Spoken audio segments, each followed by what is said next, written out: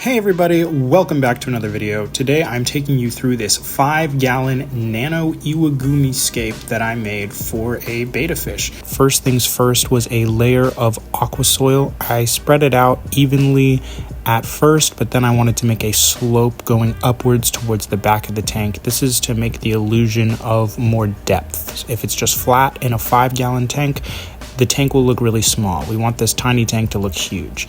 Next, I'm going with the Hardscape. For this, I'm using just seriyu stone, and I played around a lot with where I placed these individual stones, but I was trying to make an Iwagumi layout, and I'm going to explain the theory behind it in a bit, but this is kind of what I ended up with, and I was pretty happy with it. As I'm adding more and more rocks to the back, I'm also adding more and more aqua soil to create an even steeper slope. So an Iwagumi is a traditional type of Japanese scape that relies on only rock for the hardscape, no wood, no sticks. And it typically revolves around a primary stone, which is your largest stone pointing towards a focal point if you follow, the rule of thirds, and then a secondary stone, which is in the opposite direction, creating tension. It's usually the second largest stone in the tank, and then the tertiary stone, which is going in the same direction as the primary stone and supporting it, but it's not as large.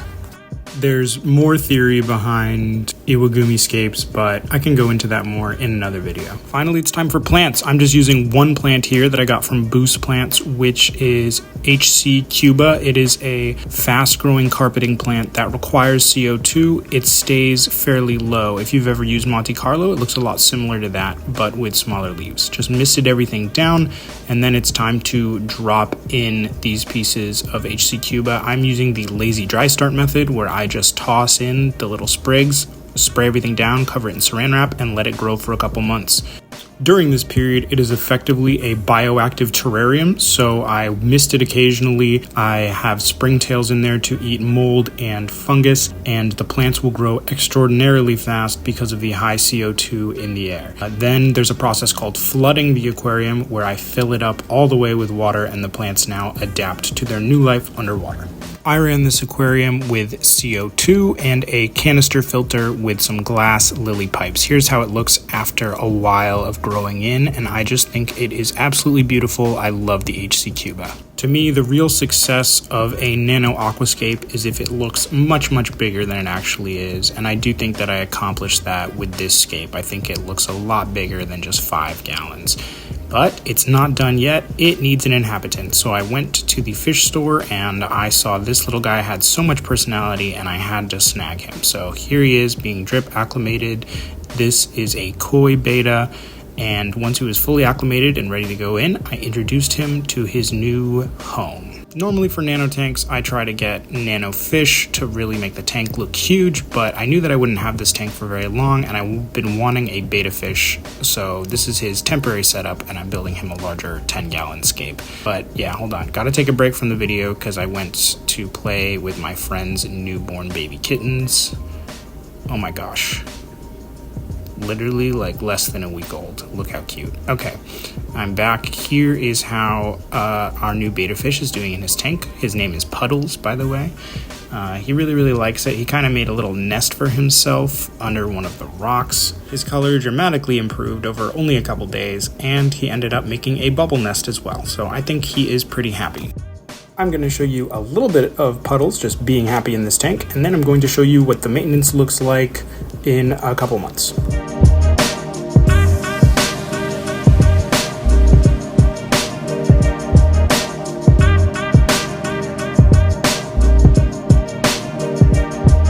Here is the tank, and Puddles, a month later, still got his bubble nest. The plants have really gotten overgrown, so it is about time for a trim, but first let's feed Puddles.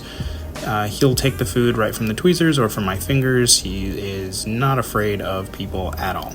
Alright, so I just go in with the razor scraper, get some of the algae off the glass, really try and make it shine. Then I go in with the scissors, and I'm just going to chop off the entire top layer of the cuba because it grows very quickly, and the bottom layer will start to yellow if you don't trim it frequently enough. So benefits of fast growing is you're going to have really thick, lush carpet, but the con is you got to trim it pretty frequently, and that'll always expose a little bit of the yellow, which will stay yellow for a couple of days. So I always go over the entire tank with the scissors, and then I go in with the net to scoop out all those little bits that I had just trimmed, and I can use them in another tank for another lazy dry start or something like that. So that's kind of nice because it's kind of an infinite supply. Like that could fully scape a 10 gallon.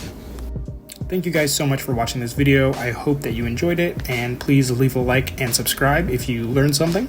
Puddles is currently living in a 10-gallon black water tank that's a lot more similar to his natural habitat, so stay tuned for that video.